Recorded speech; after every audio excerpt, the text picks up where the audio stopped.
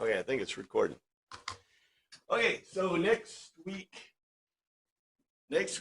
I won't be here, but you could go to the communal, whatever, they're having a group adult Bible study.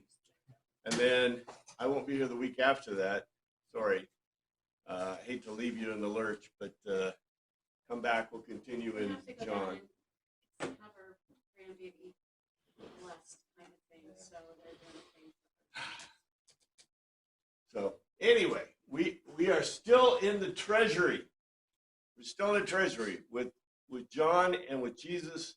And yes, we will eventually get out of the treasury. I was hoping to be able to get everything done, but there's still a few more verses. But if you notice, we have still got this logical argument to telos. And it's really obvious, I think, in the Greek. When I eventually give you the outline, it'll be even more obvious to you. They were talking about sons of Abraham and about Abraham and the legacy of Abraham. And Jesus is using the words and turning their words in ironies. And we're continuing here. In the last one we had in 42, it says, Jesus said to them, if the God were your father, you would have loved me like the gods. And that's a wish supposition, which is a really interesting statement. I'll get into that in a second.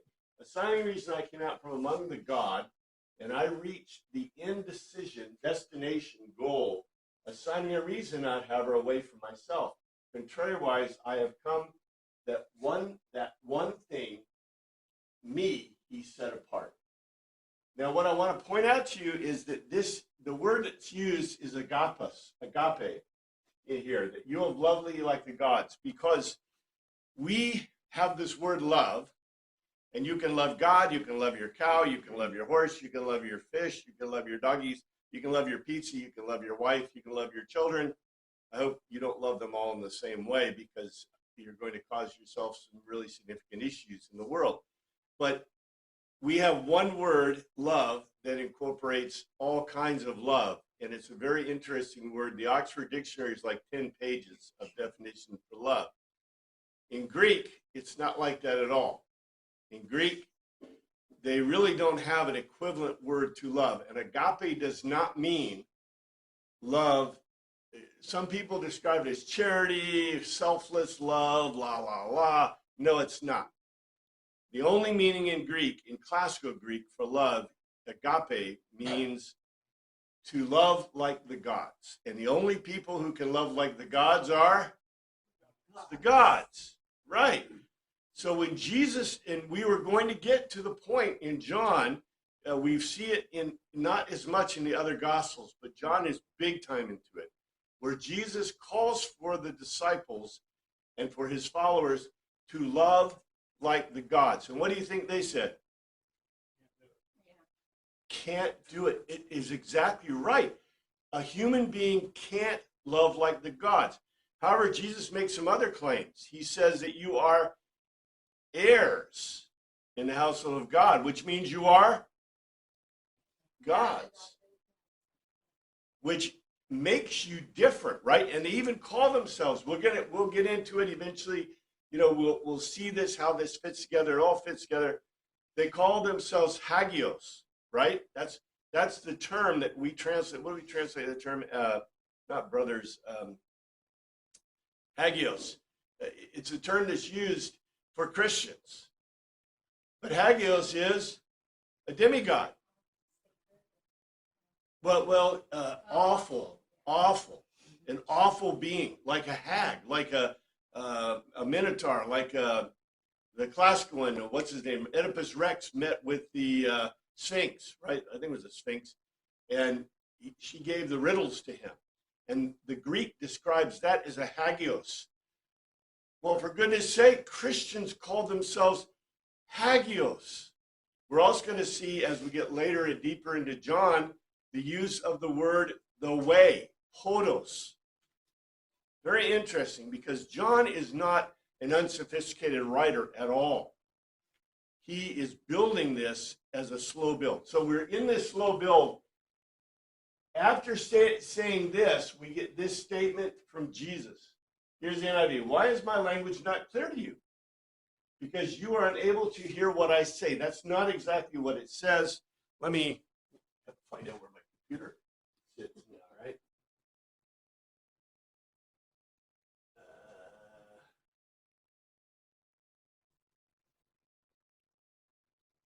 Here's the King James. Why do you not understand my speech? Even because you cannot hear my word. You can almost already see a little bit of the problem or the translational issue here.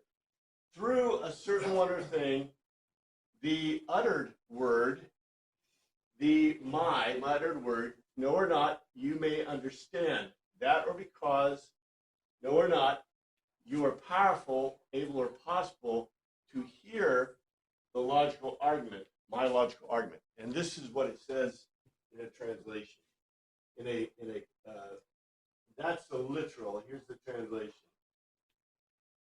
To a certain one, you do not understand my uttered word, because you are not powerful to hear my logical argument. This is using the same words we've used before and translated before. This is what the Greek is really saying. Who's a certain one?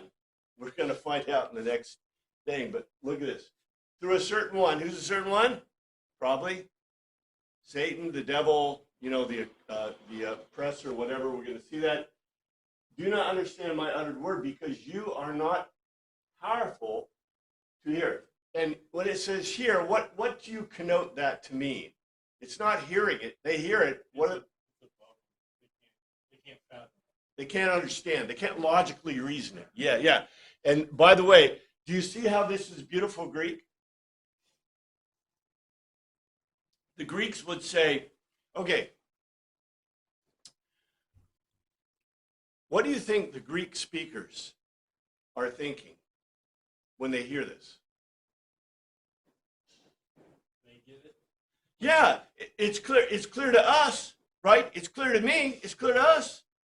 Where the writer, which I think is really good, this is not just a use of a technique, right? On the back of the wall, there's all these techniques of writing. It's not just a technique in writing, it's Jesus' technique. What is he trying to do? He's trying to get the people to understand, to listen, to figure out this reasoned argument. Yes? Why would my ESV say it's because you cannot bear to hear my word? That's not in the Greek, is it? Nope. That seems like a strange translation.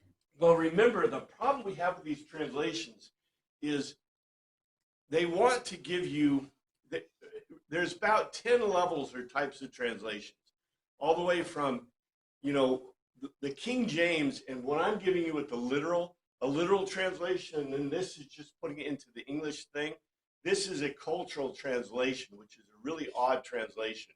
Most of the time, nobody likes literal or word for word. Sometimes they call it word for word translations, or even word for word translations put into English, common English. The reason I don't like it is because it's kind of hard to understand. It's not exactly the way we expect it to be, right? We want intro, body, conclusion, and so we'll do anything to put it in intro, body, conclusion, right? It has to be. When the Greek is not anything like that. So when the translators try to translate it, they have other options. They have 9 other options. At the very top option is a translation that makes it sound like the NIV. It makes it cohesive. It makes it fit together. It sounds like normal English. It makes everybody happy that's an English speaker, right? But it may not be very accurate at all. So that's part of the problem. And they insert these words and insert this stuff. And by the way, that's one of the things that kind of irritates me. Remember I told you, I want to translate every word the same, especially in Greek, because it's concrete. And Especially if in the same book. Like you would think John would be consistent in his usage. Exactly. One thing, one time, he's going to use it that way. I could see it like in between different books, a word might be different. The Greeks won't like that. But yeah, well, English, we're used to that, right? In English, because we're used to that, right? Well, even the language has changed over time. This is less than 100 years. The language hasn't had time to change. Yes, sir. I'm just wondering why you chose powerful and not able. What I do is, I don't have the breakout here. The word itself, dynamos. Let's see. Let's go up there and look at it really quickly. Dyneste. We see this a lot. Jesus uses this a lot. The word means powerful. You are powerful. And in the Strong's and Vines, in the regular understanding in Greek, it can mean that you're able or possible. The difference, there isn't much difference. Possible means that it can't be done, right? Possible means it can be done, where able means you could do it, but you decide not to, right? And that word has that same meaning in Greek. So I should probably cut this out when I do the translation, but I leave it in because I want you to get the feeling that the Greek still has some leeway to it, right? Even though it's super concrete, it still has a little bit of leeway. But is there much difference? Nah, there's not much difference. Powerful is the correct meaning, right? And you know, dynamos, right?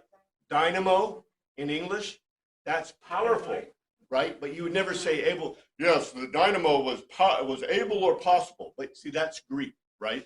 I just have trouble understanding what he's saying. Powerful.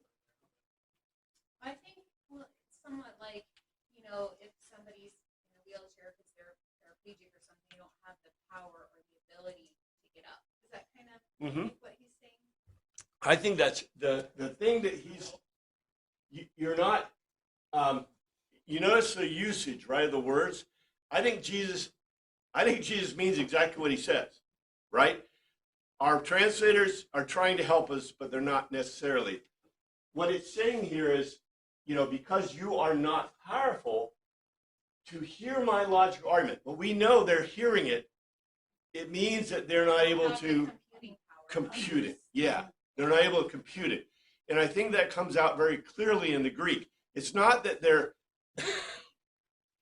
Right. blah, blah, blah, blah, right? Or their hearing aids are turned down, right?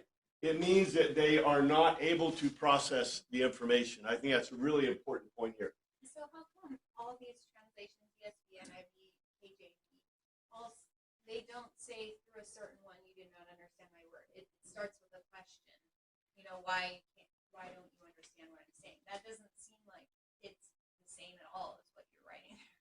Well, here's Greek. Through a certain one or thing, T. Dia T. They like to take T. Now, here's an interesting thing. Okay, I think I told you this. This cracked me up. I actually looked at a thing I was asking about, in English, we have a specific form of English that is a question form, right? We use question words like why, what, how, which, where. We also use the order of the verb to imply questions. And then in English, we also have a mark called a question mark. I told you this. I actually looked it up, and I was looking up something else in Google and about question forms in Greek.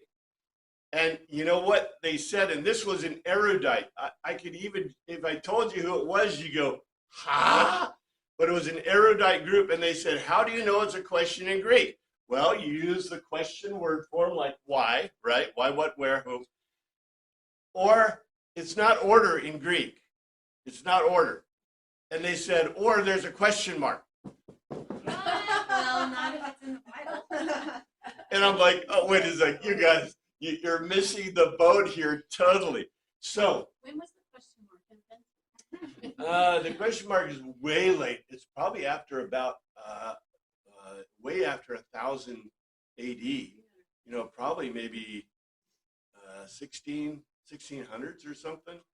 I don't know exactly when, I just know they didn't exist at all, right? There's no question marks. There's no punctuation forever and ever and ever, right? We still have to get to word separation and capitals. Ugh. Anyway, but T is not a who. Can be a question word in Greek, but this isn't. And the reason they do this is because they don't like they don't like what this implies. And so the translators don't want to give you necessary, I'm telling you, they want to fit the doctrine and theology, their doctrine and theology, to what is written in the text. And how's the best way to do it? Oh, and by the way, also, if it's been translated that way since Justinian, or what's his name, Justin Martyr. Wasn't it Justin Martyr who translated the Vulgate? Whoever translated the Vulgate, they've been Jerome. It's been translated that way since Jerome, right? Into Latin. Yeah, it's just become assumed that's what it means from the Exactly. It's like the word faith and belief. It's like there's no faith and belief in Greek. It's only be convinced or have been convinced. I'm glad I'm convinced. I don't want to have faith, because if it's faith, it's like maybe it could just like fall out right from underneath me. But if I'm convinced, I'm convinced. That's something way different than belief. Anyway, I hate to shake your belief, but that's kind of the way it is. But they put it in a question form, I think, because they don't like he is not a question form, but they don't like what it implies. However, look what it says in the next verse. I think the next verse, listen, through a certain one, you don't understand my uttered word, because you are not powerful to basically understand my logical argument. Look what this says. Here's the NIV. You belong to your father, the devil. So who was the certain one? It makes much more sense to translate it that way. I think so, but wait till you see this. This is a beautiful translation. You want this beautiful words in Greek. You want to carry out your father's desires. He was a murderer from the beginning, not holding to the truth, for there is no truth in him. When he lies, he speaks his native language, for he's a liar and the father of lies. Of course, you know there's a lot more to this, right? This is a really long thing in Greek. Ye are of your father the devil, and the lusts of your father ye will do. He was a murderer from the beginning and abode not in the truth, because there's no truth in him. When he speaketh a lie, he speaketh of his own, for he's a liar and the father. Here's the Greek. The Greek is really interesting. You, from out from among, of the pathos, a father, of the diablo, of a logos without a telos. When we see this in the translations, a transducer, are and the desires, it's epithymius, the scent of the sacrifice. Of the patros, of a father, of you, you will desire to make or do that one thing, a man killer. Anthropokotonos, a man killer. Yes, that means murder, but it's really a different kind of word set up in Greek. It's beautiful. He was from a way of the commencement, and in the not faults, no or not, it's really long, has taken, he has stood firm. That is because he is not false. He is no or not, he is not false. In him, whenever as much, he might utter words, leo, not a logical argument. He might utter words to the pseudos, to the lie. About or among the own, he utters words that are because a liar he is, and the pater, the father of it.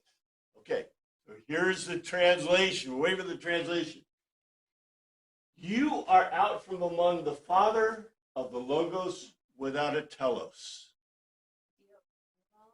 Diabolo. The logos without a telos. I know we love to translate this as devil, but it's an argument without a telos. You immediately see why they didn't like that, right? They didn't want to translate it as a logos without a telos because, well, a parabola, a hyperbola, a diabola.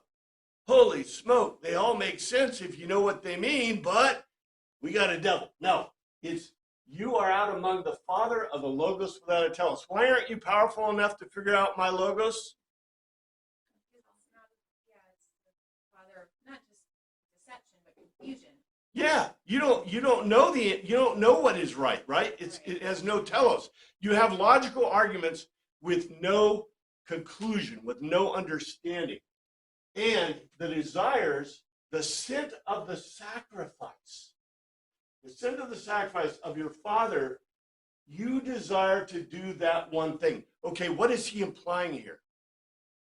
In other words, you come to worship, why? for the sacrifice because you're going to eat the sacrifice.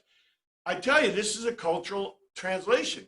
When we talk about the sacrifice, we just go, the sacrifice. Oh yeah, the sacrifice. If we were in Jerusalem right now and they were cutting the throats of cattle and lambs and pigeons, number one, the children wouldn't be wondering about, Bambi on the fender of your car. And number two, they wouldn't, you wouldn't have vegetarians. And number three, you would understand the whole point of the sacrifice.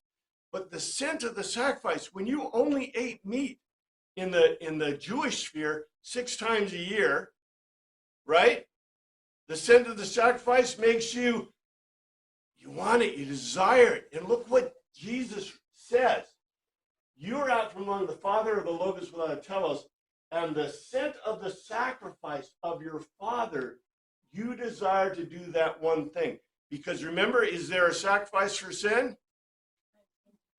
For intentional sin. Yes, there is no sacrifice for intentional sin. Therefore, the people have made it what? It's like a sacrifice to Satan because they're only enjoying the sacrifice for the sacrifice's sake. And I think that's really clear in here. Because remember, this is being said where? In the treasury of the temple, where the people, and by the way, they're not clear about this, but they should be really clear about this. Why are the buyer and the sellers in the temple in the first place? Why are they in the treasury of the temple in the first place? The buyers and sellers. What are they selling? The temple coin. The things to sacrifice. The people, it says in the Torah that if you live too far away, right, you can turn it into money. And then what do? You take, pseudo money at the time, but you take your pseudo money to the temple, and what do? You trade it for legitimate sacrifice. Didn't the temple have their own monetary system? Yes, they did. You couldn't use the Roman cash So and they the had Greek an cash. Exchange system or something. I was assume that would happen in the treasury. Well, and what do? Okay, if you're the temple, what do you intentionally do? Yeah, set a very favorable exchange rate that they can't get a different rate anywhere else. And the best way to do that is you keep the currency, the amount of temple currency really low, right? So you can't get it. And then when you come to Jerusalem, we got temple currency, but if you want to buy your little lamb, you got to use temple currency. Oh, you got some Greek denarii. Oh, okay. Oh, you got some Roman asses, or you got some Roman coin here, right? Yeah, we'll trade it at a good rate, at a really good rate, right? Yes, sir. They weren't even supposed to handle non-temple currency. They were not. You were right on. As a matter of fact, we do know that the Pharisees had a market, and you could only you go to that market if you were a Pharisee, right? And in the Pharisee market, we believe they used temple coins for their transactions. They would not accept. Of course, you know what's going on, right? You got the Pharisee dude that's sitting at the front. Hey, I'll trade you some coin here, baby. Right? You see how this works? I mean, this is a great setup. You should set this up. Maybe we should do it in the church. Put our own temple, temple coinage, and then. Is this the early crypto? Of course, I don't. It's not. At least it was real stuff, right? Crypto ain't nothing. Or our fiat currency, take your bill. It's best to start a fire with It's, eventually. I think of when the scent of the sacrifice we were talking about, I think of the mouth watering, and like these people were like mouth watering for riches and for power over other people, and you can just see it in this picture. Like they're just. I don't disagree. I think that's a really good translation, Greek to Hebrew, that is correct. However, even in the Greekest Greek sense, right? They're in the treasury of the temple. So what can they smell? The cooking of the sacrifice. Somebody's got steak and it's rare. Oh man, yeah, baby. No, they boiled it. Oh, yuck, right? It could be figurative as well as literal. I agree. A couple layers. I agree 100%. I'm not disagreeing with you. I'm just saying that, your impression is really well taken. And there's a lot going on here. So, and by the way, you notice it's packed into this sentence. And all we get is, yeah, you're the father of devil, right? And your desires, whatever. But it really has a lot more depth in here. Of your father, you desire to do that one thing, which is sacrifice, right? You desire to sacrifice an excuse. It sounds like he is talking to the Pharisees, right? But they're obviously wealthy people because they got money. And remember, when did they eat meat?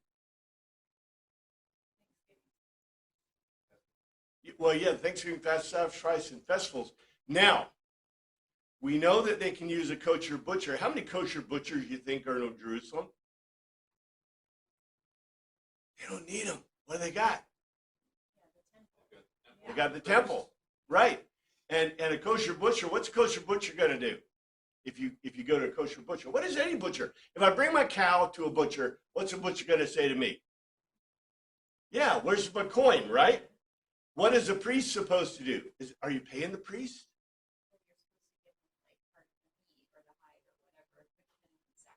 They get to share in it, right? Yeah. That's supposed to be their pay. But you're paying a kosher butcher, you're not paying necessarily the priest, you're giving them part of the goods, right? Just saying, you know, follow the money, right? Follow the money, see how it works. Anyway, a man killer, he was from the commencement. And in the not false, in the truth, he has not stood firm because he is not in him truth, not false. I know I leave the not false in because I know it's confusing, but it's very Greek. Whenever he might utter words from out of his own lie, he utters words because a liar he is and the father of it. That's pretty close to the translations we have, but it's very interesting. If your father is the father of lies, that means you are a liar. This is an unstated telos. It's a beautiful unstated telos. It's also a slam down, and it's an irony. And it's a beautiful little Greek thing that comes into translation. The apocryphal allusion is from Wisdom 22:24. We can look through this a little bit just to get the gist of it. For not thinking rightly, they said among themselves, brief and troubled is our lifetime. There's no remedy for our dying, nor is anyone known to come back from Hades. For a mere chance were we born. Thereafter we shall be as though we had not been, because the breath of our nostrils is smoke, the reason is spark from the beating of our hearts. When it is quenched, our body will be ashes, and our spirit will be poured abroad like empty air. Even our name will be forgotten in time. No one will recall our deeds, for our life will pass away like the trace of a cloud. We disperse like a mist, pursued by the sun's rays. Overpower its heat, for a lifetime passing a shadow. Our dying cannot be completed or deferred. It's fixed with a seal. No one returns. Come, therefore, let us enjoy good things that are here. Make use of creation with youthful zest. Have our fill of costly wine and perfumes. It sounds a lot like. Yep. And this is from Wisdom. That's cool. Let us oppress the righteous poor. Let's either spare the widowed or revere the aged. This is all logical within it, right? Drink the righteous proves itself. Lie in wait for the righteous one, because he is annoying to us. He opposes our actions. Reproaches for our transgressions of the law. Charged with violations. He professes to have knowledge of God. He styles himself a child of the Lord. Ooh, this is really cool. Practical document. Beautiful. To us, he's the center of our thoughts. Merely see him as a hardship for us, because his life is not like that. He's different in his ways. He judges us, debates. He holds aloof from our past. Oh, this is beautiful. Like the modern liberals. I mean, word for word. Let us see whether his words be true. Let us find out what will happen to him in the end. If the righteous one is the Son of God, God will help him and deliver him from the hand of his foes. Wait, I've heard this, right?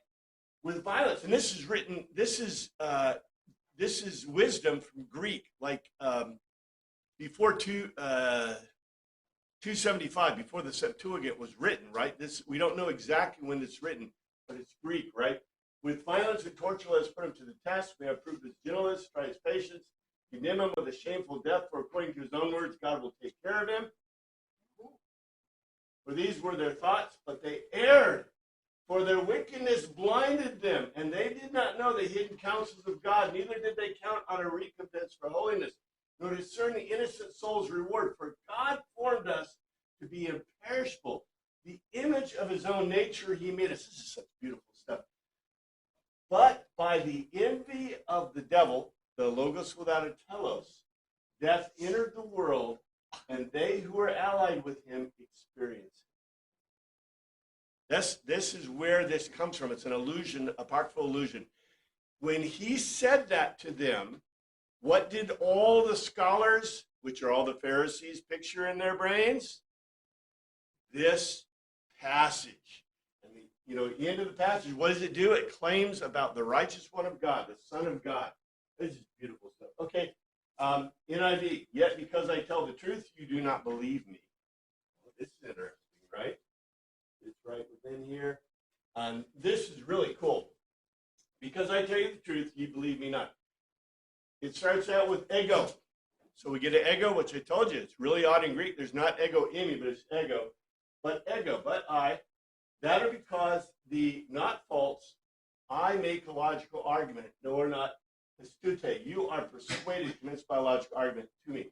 But because I make the not false logical argument, you are not persuaded, convinced by my logical argument to me. That's just a statement. It's, by the way, a stated telos, but it comes within the context of the rest. Can any of you prove me guilty of sin? If I am telling the truth, why don't you believe me? These are really interesting statements. Let's see what the Greek says. It's not too far off. Which of you can conceive it, convinceth me of sin? This is interesting. Convinceth me of sin. And I say the truth. Why do you not believe me? Now, tis is a question word. T is not. T in Greek means one, a certain one.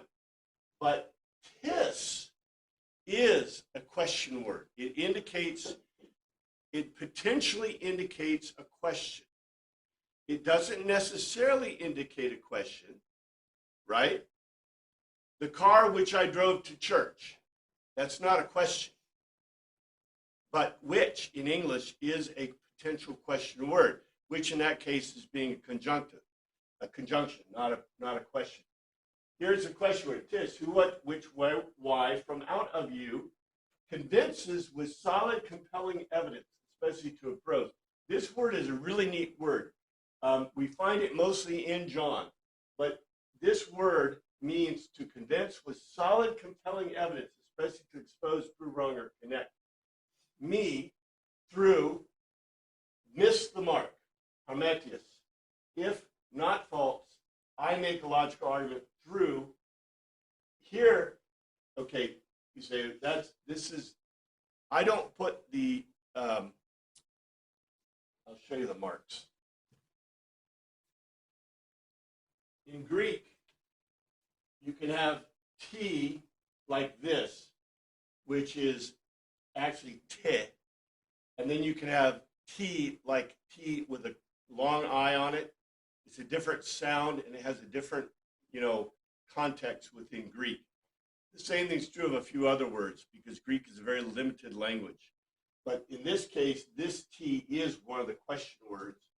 So I didn't misspeak. I'm just there. Tis is a specific thing, and then when in the Greek itself, there's a little complexity in the Greek. This is why in 1917 they changed the Greek to make sure that all the consonants were the same and the vowel sounds were the same.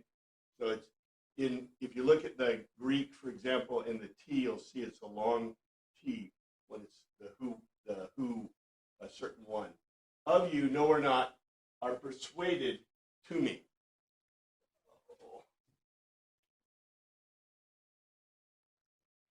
Which from out of you convinces with solid, compelling evidence, especially, suppose I should cut that out, me through all over of miss the mark.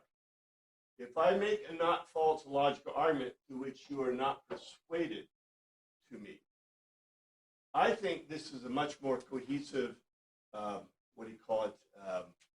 understanding than the translation we have, because it connects these two. Because which of you out of you convinces with a solid, compelling evidence me through of missed the mark? So which of you convinces, basically, who will convince that I have sinned if I make a not false logical argument through which you are not persuaded? In other words, you're not persuaded of my argument, right? Therefore, who is going to say that I am wrong or sinful or incorrect? You see what I'm saying? Just because you're not convinced of my argument, will any of you say, can any of you give compelling evidence that I've sinned, that I've missed the mark? In other words, that I'm saying anything wrong, that I'm wrong. Whoever belongs to God hears what God says. The reason you do not hear is you do not belong to God. That's an interesting statement. We know there's probably more to it than that.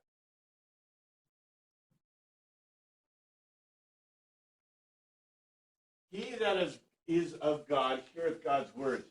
Ye therefore hear them not, because ye are not of God. That's probably a little closer than what the NIV gives us. The own, the he is, that's a is form, identity form. From out or among of a God, the remata, the utterances of the God, hears through toto, you hear it, hymus of you, ok, nor not, akote, you hear, hote, from out or among of the God, no or not, you are. There's two identity forms here. He is from out of the God. He is from out of the God, the utterance of the God hears. He is from out of the God, the utterance of the God hears. In other words, if you remember, he said you're not powerful enough to hear my logical argument. He means to logically do it, formulate it. He says he is from out of the God if you hear the utterances, right? It's not even saying that you fully comprehend them, but that you hear them. Through it you do not hear, because from out of the God you are not. And this is a setup. The setup is, well, you could guess what the setup is, right? What he's going to say next. They separate it and say Jesus claims about himself.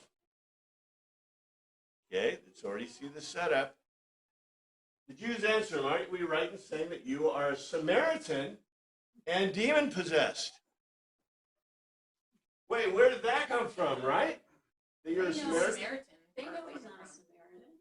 That's Yeah, isn't that interesting? This. Okay, the Greeks. You know what the Greeks would say right now, right? What? Well, okay. Anybody been in debate before? Anybody done debate? What level have they gone to? Well, if you don't know debate, maybe you don't know it. What? Yeah, ad hominem. They're calling names, right? Now they're calling names. And it's like, when did you stop beating your wife? When did you stop being a Samaritan? Right? Right? They answered the Jews and said to them, shall we not, say we not well that thou art a Samaritan and hast a devil? They conclude. Second, a number of times. What? The demon. Oh, yeah. Accusing of that, but where did the Samaritan word come from? Yeah, and the thing that's really funny is, why do you think someone wants to kill you, right? And the first thing is they were trying to kill him. Well, when it says the Jews, do they mean? I mean, there are a lot of people that know he wasn't. He's in that crowd knew he's not a Samaritan. So who are the Jews? Well, it's the Judeans, and that's why I don't translate it as the Jews. I think that's an incorrect translation. I translate the Judeans, those that are in Judea. Yes, sir. I suspect the reputation of the woman at the well got around. And if he was talking to a Samaritan, most Jews don't talk to Samaritans, so that makes him suspicious in their view. I'd give you a beautiful check mark, because I think, remember, this, we look at these things as contained, right? Contained stuff. It's not contained. It's a cohesive logos to tell us. So you can't ever forget about the Samaritan point, that occasion or the words or anything, because that was a preeminent point that John puts in the Gospels. It's one of the things he included for a very important reason. And when he mentioned Samaritan, what should you immediately do? Think back to that. And remember what Samaritan is. They're not just calling him why do you think they're calling him a Samaritan? Remember what the Samaritans means, what the word means, Samaritan? Lazy beer drinkers, right? Lazy beer drinkers. Because they came from such a poor area, they couldn't pay them money, so they paid the people in food and beer. And so they're lazy beer drinkers. And if you're the wife, you are really mad if your husband comes home and he drank all the beer that he got paid for that day, right? Calling someone racist or Nazi. Is it maybe not literally Samaritan, but sort of like you're a Samaritan lover, or the way people try to insult somebody they know isn't something by a derogatory name? The redneck, yeah. Well, Yeah. the Greek, see, I'm telling you, the Greeks who are totally immersed in this idea of logos, right, of logical arguments, when they see this, they see an ad hominem attack, they see a name-calling attack, and they immediately go, well, you're down to like number 10, right? There's a whole bunch of other attacks you can make logically against a person until you get down to number 10 where you start calling names. And they're like, oh yeah, we get it, right? But I think you're all right, because the point is that yes, we're playing this game. It's Greek. It's a Greek logos to telos, but who's the audience? Judeans, the Jewish people from the place, which are Hebrew, Aramaic Aramaic speakers, right? That speak Greek most of the time, but yet they still have their foot in the Aramaic kind of logic, right? The rabbinic logic. And so, it's a mishmash of kind of those logical kind of things. But yes, they're calling him a name. They're saying you're a beer drinking lazy bum, right? And basically worthless. And yes, we go back to the Samaritan woman, who is the smartest person in all the Gospels, next to Jesus. No kidding, right? Jesus never said to him, "Get thee behind me, Satan," to her, right? So anyway, the Judeans going to Judea concluded for themselves, and they said to him, May we not well a logical argument that you are a Samaritan and hold an evil spirit. In other words, make we not well. Make we not well. Don't we make a good argument, right? This is a specific of the Greek. We make a right logical argument that you are a Samaritan and hold an evil spirit. It's really a god or demon inside you.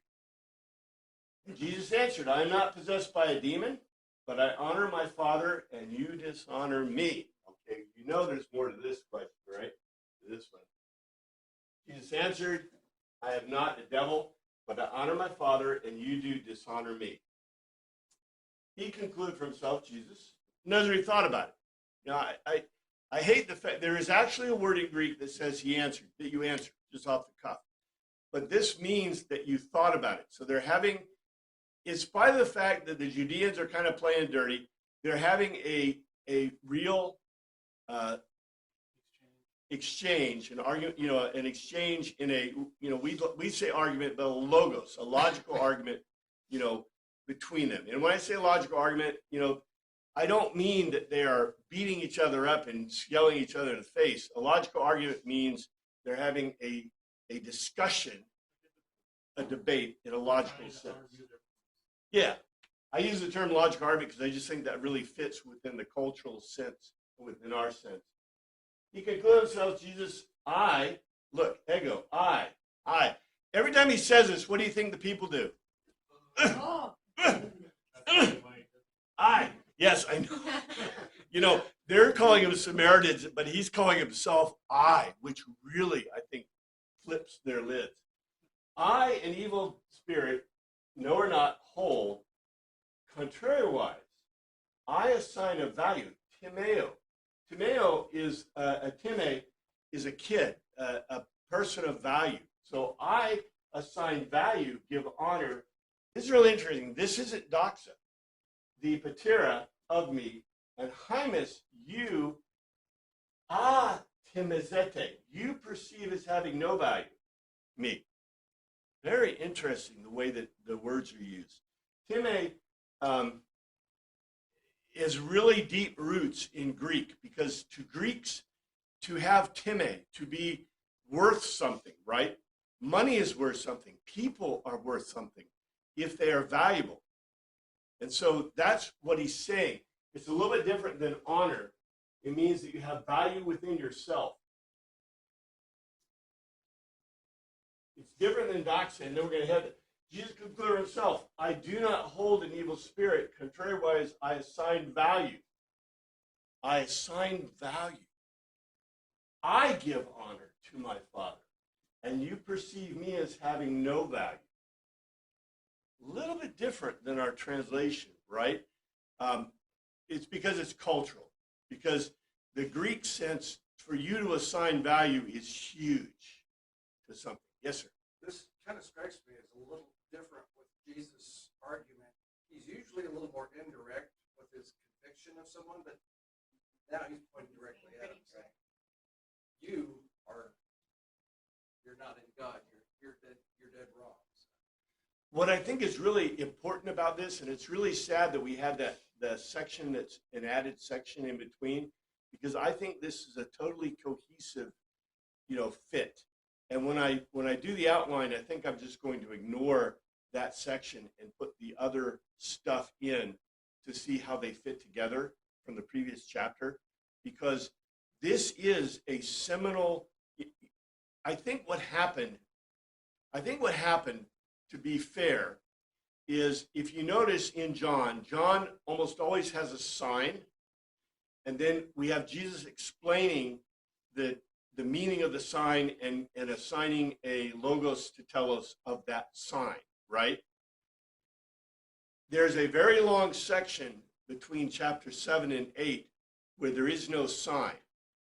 And I think that when they were, going through John, somebody got this great idea. Hey, let's fix it. Let's put in this, hey, I got this text. It could be Gnostic. I don't know. It's a Hammurabi. Oh, it came from someplace. We don't know where it came from, but it really seems like a really cool story about the woman caught in adultery. Let's just paste that in, right? And that'll make it seem more cohesive, because it'd be more like John, right? And I think that's what they did. And so we have this section that's really important in 7 and 8, and they broke it the wrong point, and they put that added section in. And it really detracts from the argument. And I think this is, if you say, when did Jesus' ministry, when did Jesus, ministry is, I guess, a good word. When did his convincing point really start? And I would say it's this right here, because his point in the treasury after the Rosh Hashanah, right? He declares himself to be Christ. I could call that a sign. And then what does he do? He spends the next a huge whole chapter defining what that means. And that's where we are. That's what we're in the middle of right now. I'm not seeking glory for myself. And here's one that's really cool.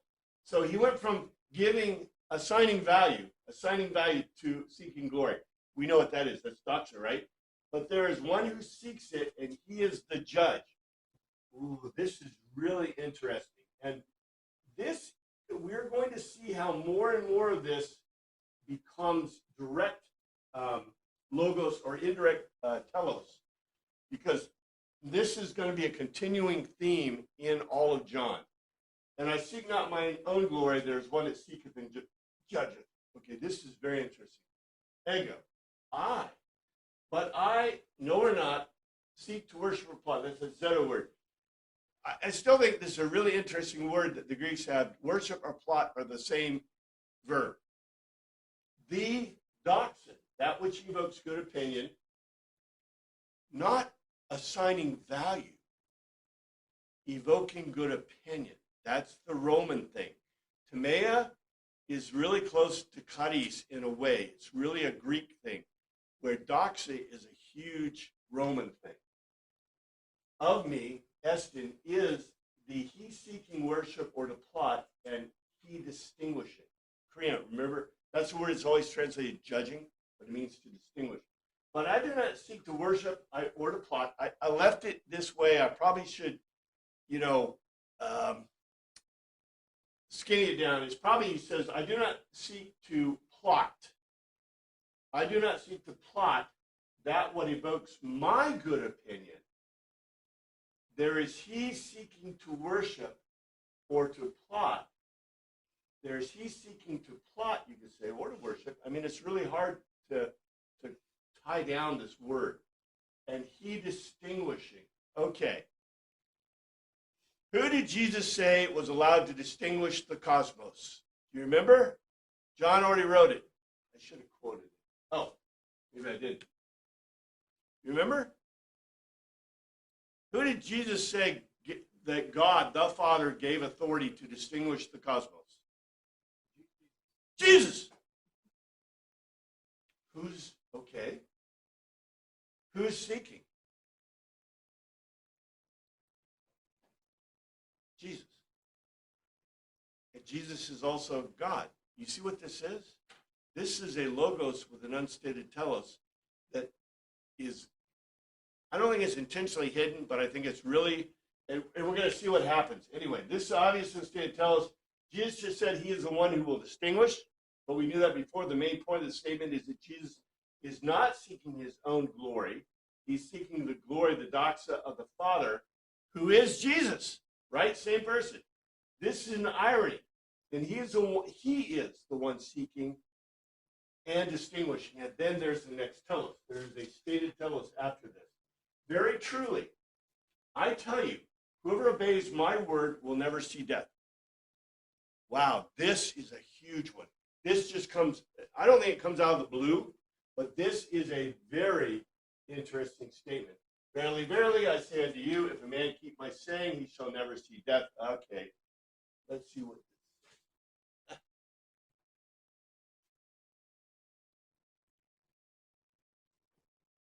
Amen, amen.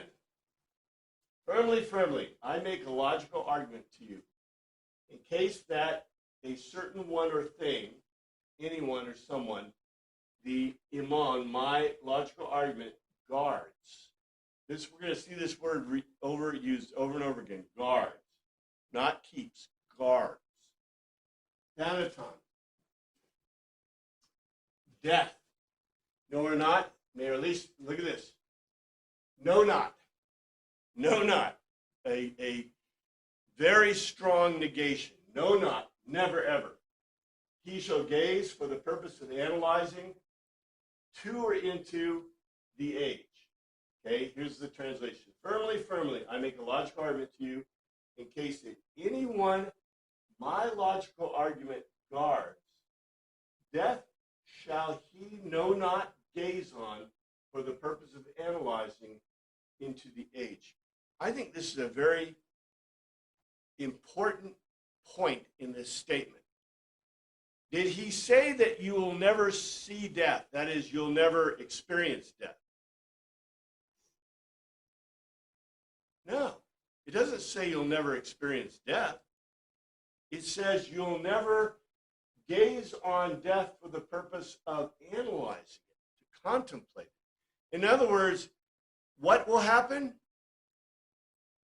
Death will be like nothing. It's a veil. It's a temporary thing. It doesn't mean that your loved ones and you yourself won't ever die.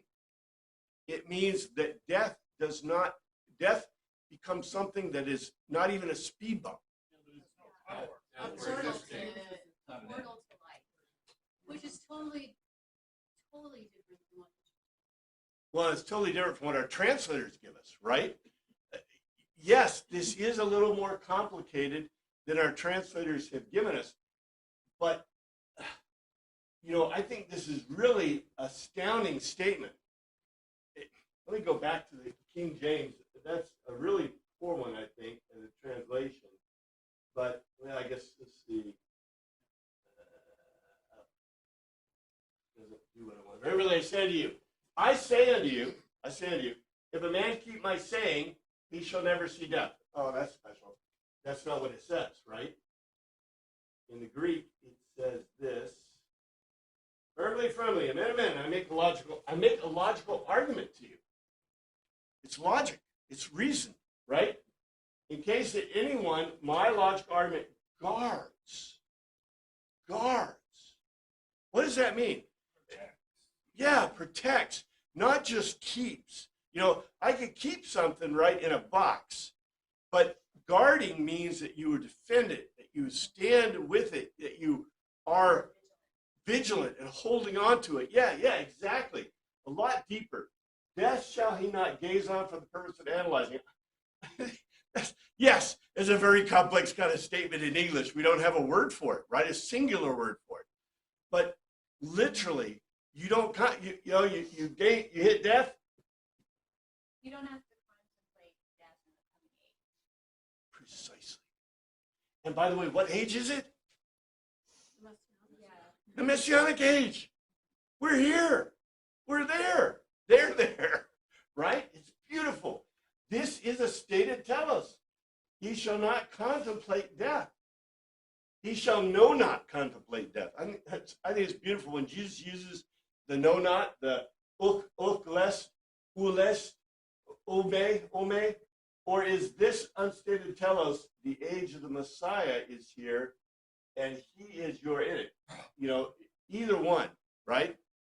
It's a really deep, erudite telos that is basically a stated telos. But you notice there's irony in here still. There is still, like, I won't call it euphemism. Greeks don't have euphemism. But what did he leave open? There's a degree of interpretation, right? And the interpretation is what? Mental. It's not like, you know, it's a stated obvious, right? He said, this is it. Well, on the surface, everyone dies, and they know everyone dies. Yeah. So, It makes me irritated because it's obvious that the translators of all these have left out an entire phrase that they don't even write anything about. I agree. And you go, why do you do that? Because, you know, when I was a kid, and well, I know you did too. When you read this as a kid, and you read you'll never die, you go, well, my grandmother died, my grandfather died. Were they not Christians, right? But if you understand it with the Greek context, then what do you know immediately? It's not about physical death like that. That's not what it means at all, right? I think this is really important. At this point, they exclaimed, now we know you are demon possessed. Abraham died, and so did the prophets. You said that whoever obeys your word will never taste death. That's not exactly what he said. We'll see what he says in the Greek. I think we're running out of time. We still have a couple minutes. Then said the Jews unto him, now we know that thou hast a devil. Abram is dead, the prophets, and thou sayest, if a man keep my saying, he shall never taste of death. That's not exactly what he said, right? They said, certainly, notice they said, not epikrinthe. They didn't think about it. They just yelled it out. Certainly, accordingly to him, the Judeans belonging to Judea, at present now, we have known that because an evil spirit you hold. Abraham died off. And the prophet, the foretellers, and you make a logical argument in case that a certain one or thing, the logon, the logical argument of me, Herese, guards, they did quote him correctly. Aha! No or not. Who? Me. No or not, or at least, he shall taste of death into the age. Now, this is not exactly what he says. He didn't say a gustetai, not to taste or eat. And here's the translation. I guess that's all we have time for Sounds today. like these are Christmas crowd who believes the Sadducees teaching. Yep. Yeah. And the Pharisees, right? The Pharisees and Sadducees. According to the Judeans, going Judea said to him, now we have known that you hold a noble spirit. Abraham and the foretellers died off, and you make a logical argument. In case anyone guards my logical argument, he shall know not taste death into the age. And that's not exactly what he said, right? He said they will analyze, right, or not contemplate death into the age. Anyway, this is really cool stuff, in my opinion, and it really helps me to understand all that stuff that I didn't get when I was a kid, that no one ever told me about, right? Thank you, Father, for your word. We pray you look out this week. In your name we pray. Amen. We're on the next 2 Sundays, Labor Day and then also weekend of the night. So